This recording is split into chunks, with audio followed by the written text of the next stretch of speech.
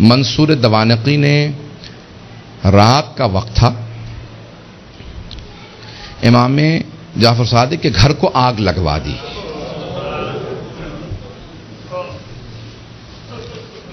آج کل آپ نے دیکھا روشنیاں ہوتی ہیں، پانی کا نظام کچھ اور ہے. پرانے زمانے میں گھر میں کنواں ہوتا تھا، پانی نکالا جاتا تھا، چراغ ہاتھ میں ہوتے تھے. رات کا وقت تھا، امام کے گھر میں آگ لگا دی. امام کے جو خادم تھے نا وہ فوراً آگ بجھانے لگے. میری طرف دیکھیے گا، ایک جملہ کہہ دوں اس کے بعد صرف 2-4 منٹ 5 منٹ زحمت دوں گا آپ کو مصائب کی. امام کے جتنے خادم تھے نا وہ سب کے سب آگ بجھانے لگے. امام اپنے گھر سے باہر نکلے، گھر میں آگ تھی. باہر نکلنے کے بعد نہ جانے صحن میں کیا دیکھا، ایک دیوار سے ٹیک لگا کے بیٹھ گئے اور زاروں قطار رونا شروع کر دیا. امام روتے جاتے تھے، خادم آگ بجھا رہے تھے. ایک خادم رکا، فوراً دوڑتا ہوا امام کی بارگاہ میں آیا. کہا مولا کیا بات ہے، نہ آپ آگ بجھانے میں مدد کر رہے ہیں، نہ گھر سے باہر جا رہے ہیں، ایک طرف بیٹھ کے روتے چلے جا رہے ہیں. مولا کیا بات ہے، مجھے سمجھائیے کیوں اتنا رو رہے ہیں.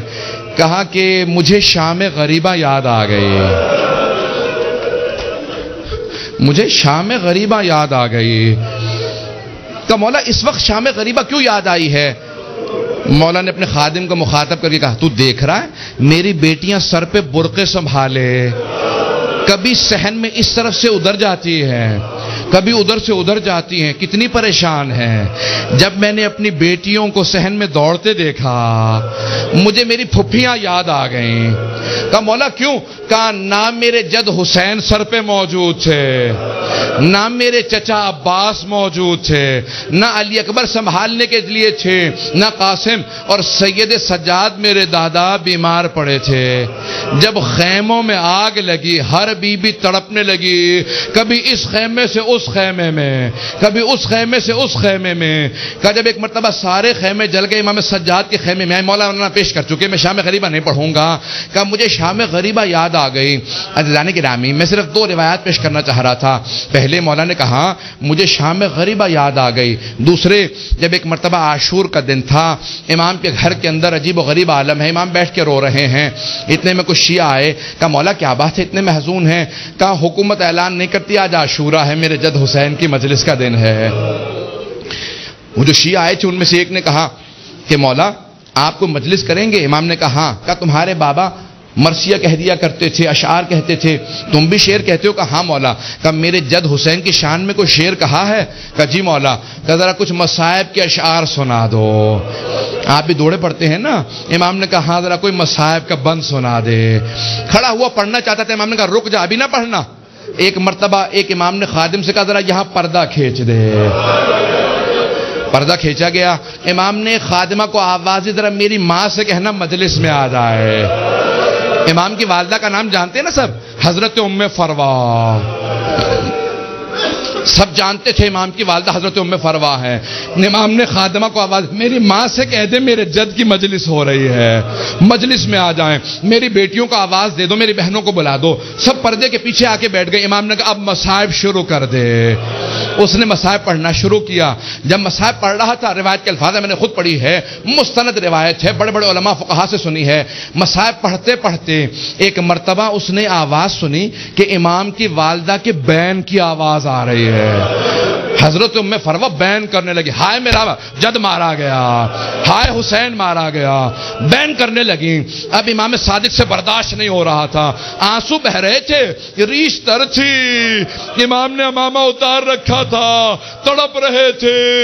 وہ جو مصائب پڑھ رہا تھا نا وہ امام کی والدہ کے خاندان سے تھا. اس نے مخاطب ہو کے کہا اے ام فروا اگر آپ زیادہ روئیں گی نا تو آپ کا بیٹا جعفر صادق آپ کو دلاسا دینے آئے گا، آپ کو سینے سے لگائے گا، آپ کے آنسوؤں کو صاف کرے گا، آپ کی چادر کو سنبھال کے رکھے گا. لیکن اے ام فروا آپ کی پھپھیاں جب میدان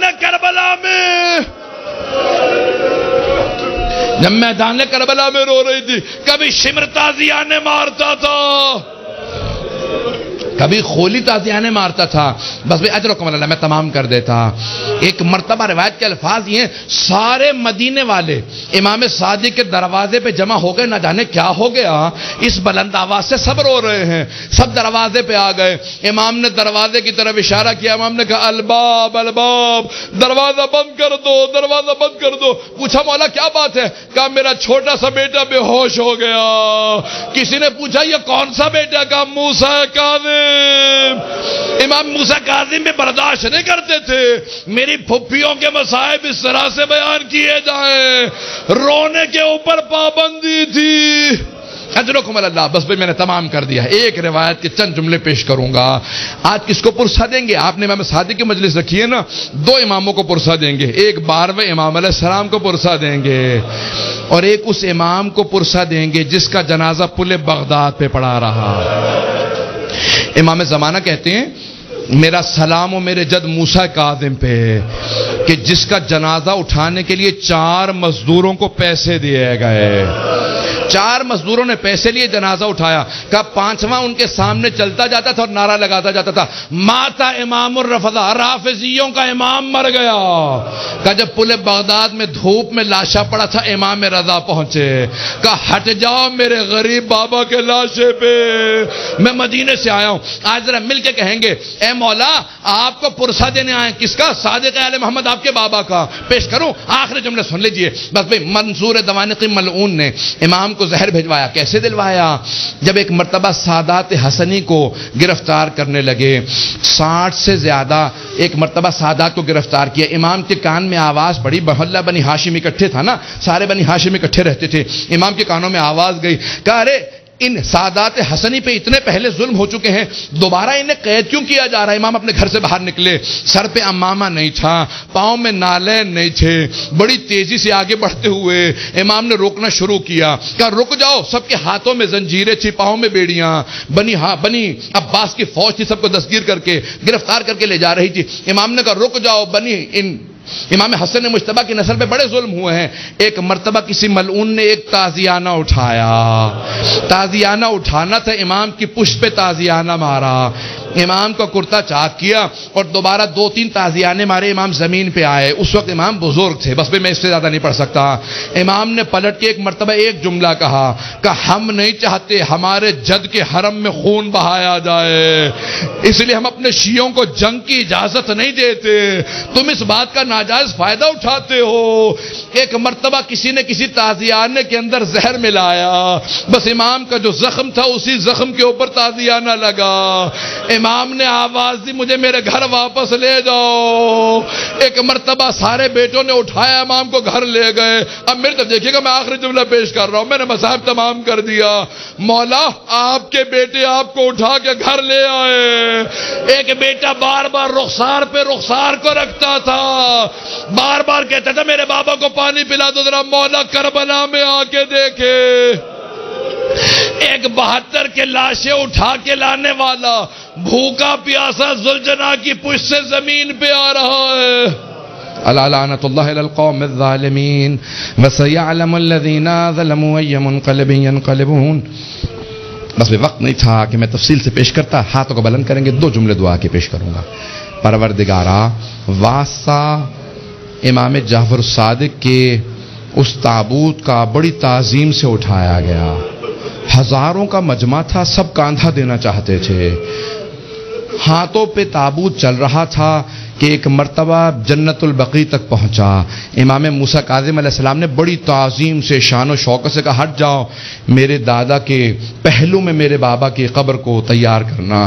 بڑی تعظیم سے قبر مطہر میں اتارا گیا. میرا دل کہتا ہے کہ امام صادق بہت رو کے کہتے ہوں گے اے میرے بیٹے موسیٰ کاظم, آج بڑی تعظیم سے مجھے تو دفنا دیا, لیکن میری نگاہوں میں آج بھی میرے جد حسین کا لاشا ہے کہ میرے دادا سید سجاد لاشے کے ٹکڑوں کو کیسے جمع کر رہے تھے. پروردگارا, سید الشہداء کی عظمتوں کا واسطہ, امام صادق کی عظمتوں کا واسطہ, دنیا میں امام زمانہ کا ظہور میں تعجیل فرما, ظلم کا خاتمہ فرما, داعش کو طالبان کو غارت فرما, آل سعود کو آل یہود کو غارت فرما, مومنین کی حفاظت فرما. ربنا تقبل منا انک انت السمیع العلیم بحق محمد وآلہ الطیبین الطاہرین المعصومین. ماتم حسین.